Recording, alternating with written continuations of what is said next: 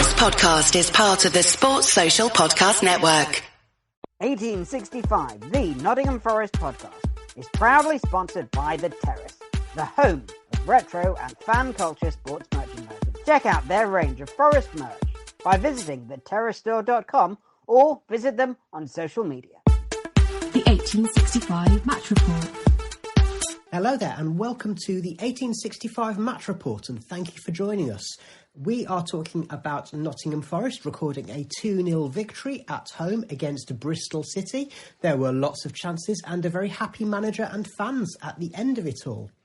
In a few minutes, we'll hear some post-match considered opinions from Baz. But first, the team news, and it's pretty simple. We had Philip Zinkernagel coming in for Ryan Yates, which meant that Jimmy Garner dropped back into the midfield. So we had Horvath in goal, Worrell, Cook and McKenna across the back, Spence and Lowe at wing-backs, and then Garner and Colback behind Zinkernagel, who was supporting Brennan Johnson and Keenan Davis. Now, before we go to Baz, I spoke to a Bristol City fan, Matthew Withers, from the Peaps In A Pod podcast, and I asked Matthew if this was a fair result and what he made of the Reds. In terms of a fair result, no, it wasn't. The win was a fair result, but it should have been 5 or 6. Our keeper was our best player. We never got going. Forest were by far and away the better side. Davis was holding the ball up lovely, and Jed Spence, I think everyone in the country knows about Jed Spence at the moment. He caused us all sorts of problems. So, yeah, thoroughly deserved victory for Forest. We can't have any complaints. I don't think there was anything really to talk about controversial. There was a few bookings. I thought the ref was fussy.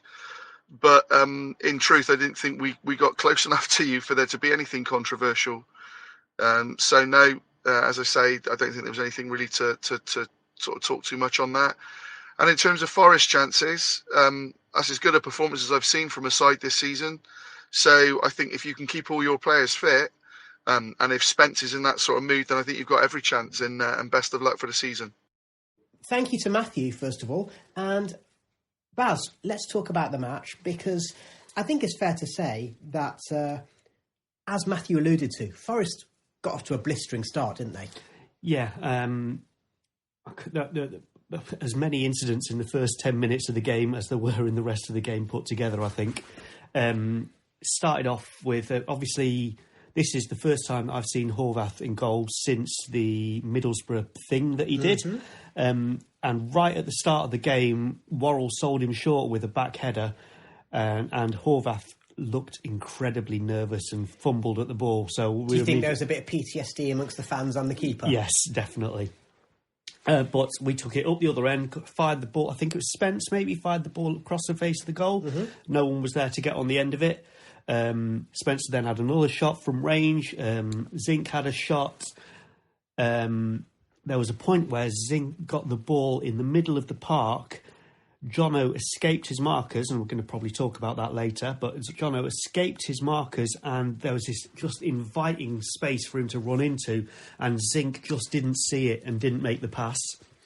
And then there was a booking which turned out to be quite important, where their left back, he actually took out Jimmy Garner, I think, and got booked for it.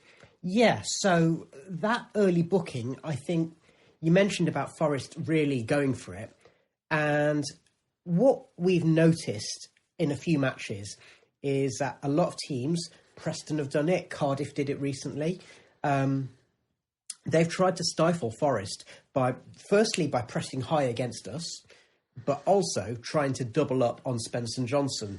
So if your left back gets booked after 9 minutes, that kind of sets the tone, would you say? Absolutely, and you could see, especially Spence, he relished taking him on. He wanted to run at him, and he was doing all his little step overs and all that kind of stuff, saying, come on, just tackle me. And obviously the left back couldn't do it. Mm-hmm. Okay. On the subject of yellow cards, I'm just going to skip ahead a little while. Just after half an hour, Brennan Johnson got a yellow card, and I think it was another incident involving Cameron Pring, that left back. Right. Firstly, were you thinking that was it for Pring? His afternoon was over? I didn't know it was him, and to be honest, the sun was in my eyes, so I didn't get a great view at it. But what I did see was Johnson was clear. I think he'd knocked the ball a little bit too far, but there was no reason for him to go down. Okay, so one thing that's worth clarifying, so fans at the match may not have realised this, but on the radio, Colin Frey confirmed that apparently the booking was for descent rather than for a dive. Right, okay. So I don't know what I can't comment on the incident, but apparently the yellow card for Johnson was for descent because he protested a bit too vociferously. He was incensed, I have to say. And as I say, I mean, I think as I saw it, and as I say, the sun was in my eyes, I think he'd knocked the ball a bit too long, but he had the pace to get to it. Yeah. So there was no reason. That's how he plays. Yeah. There's no reason for it. So for him to go down like that when he was very, very close to the defender, it suggested to me that he must have been tripped. Okay. The reason I skipped ahead to that, so two reasons. One is I say we're talking about yellow cards, and Matthew did say that he thought the ref was fussy. I suspect there might be a few Forest fans who would agree with this as well. But then the other thing is that there was this... It's a theme that we've seen a little bit more recently than we did do in Steve Cooper's first few matches. Let's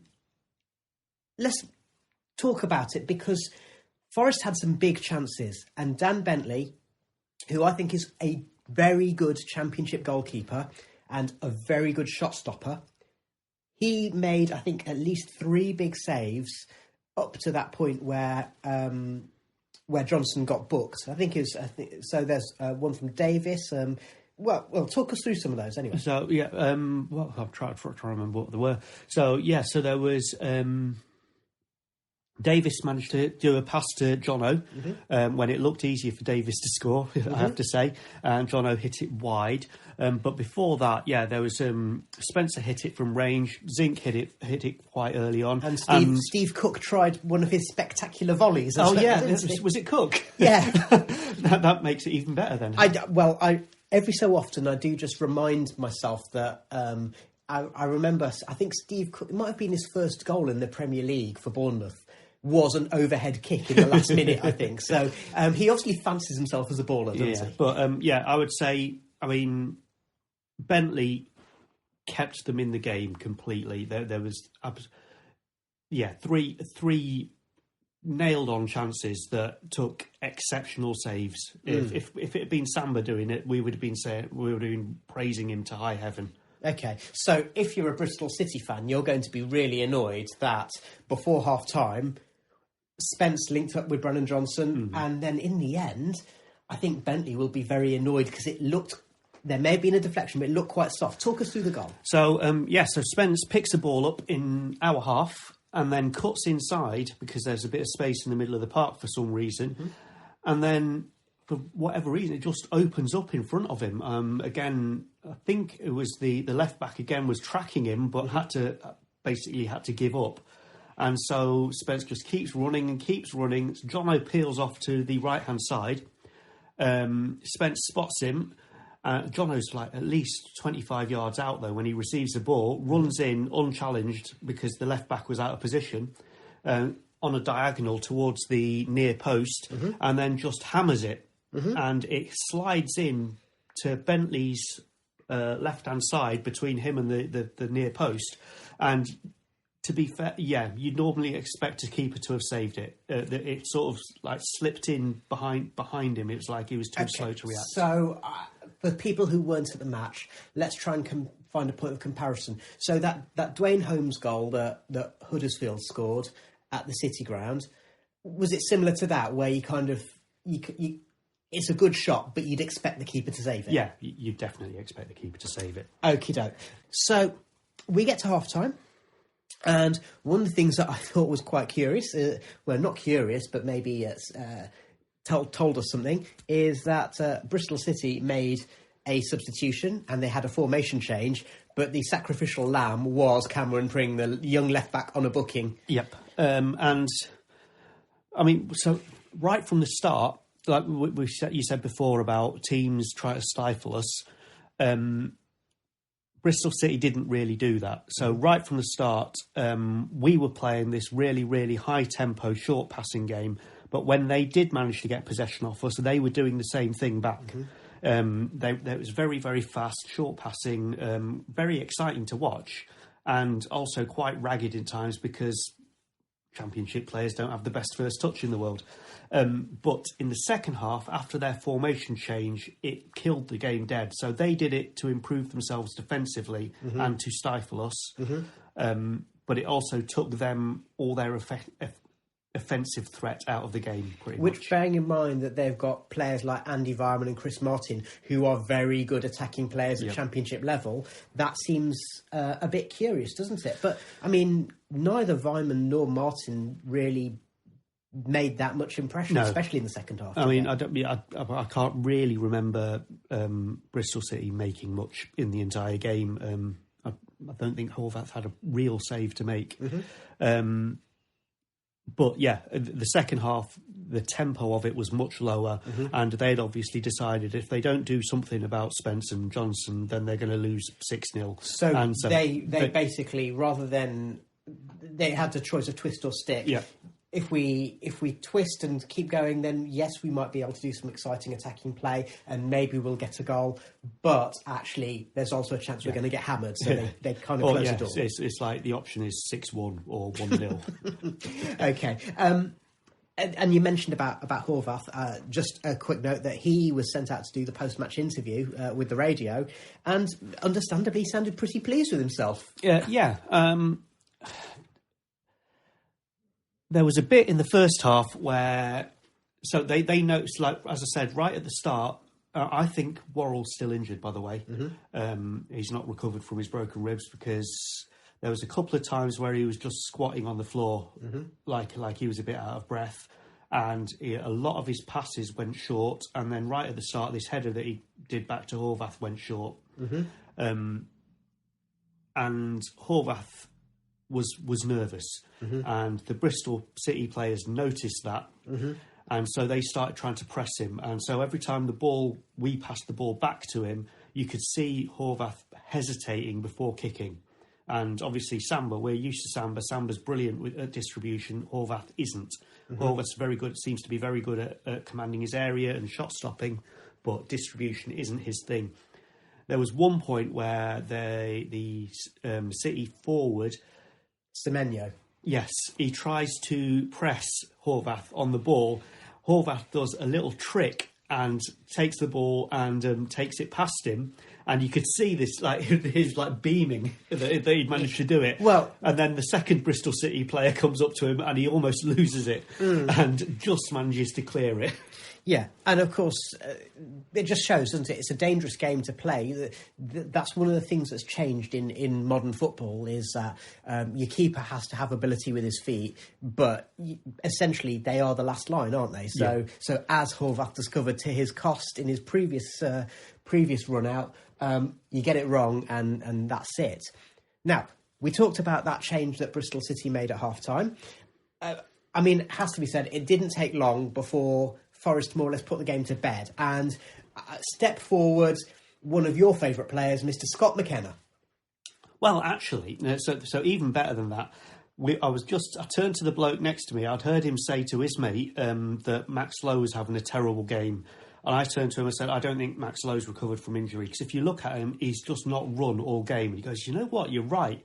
Just as we were saying that, Max Lowe makes this fantastic run, appears on the left wing, does a little cut into McKenna, and then the ball gets played across the face of goal, sort of on the edge of the D, to Jimmy Garner, who's running in from deep, and he just wellies it into the net. Well, what's interesting about that is, firstly, McKenna does that rampaging thing as if he was Stuart Pearce in his heyday, even though he's not the left back.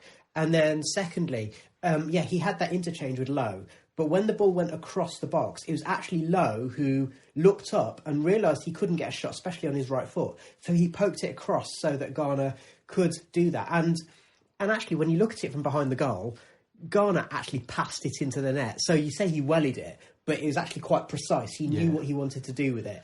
And that's a good thing, isn't it? Because that's a sign that Garner's confident, which we've known for some time, but it's also a sign the fact that, Lowe is finding his way back in. He's been relatively quiet, hasn't he? Yeah. But that's going to be good for him. It's good for McKenna that one of his runs forward has created something. And it was good for the team on the day because, I'll say, it more or less put the game to bed, didn't it? Yeah, absolutely. After 55 minutes. Yeah. And I'd say, I've said this before, but I still think it holds true. With Spence makes things happen, but Lowe makes goals happen. Yes. Yeah, I mean, I think Spence has still only got 1 assist and 2 goals, whereas Lowe, he's created so many goals, either directly or indirectly, hasn't he? His assists ratio is pretty good, I think. Yeah. So, you're absolutely right. And he's got fabulous cross on him, probably better than Spence. Yeah, definitely. Just to add to, Scott McKenna was outstanding today.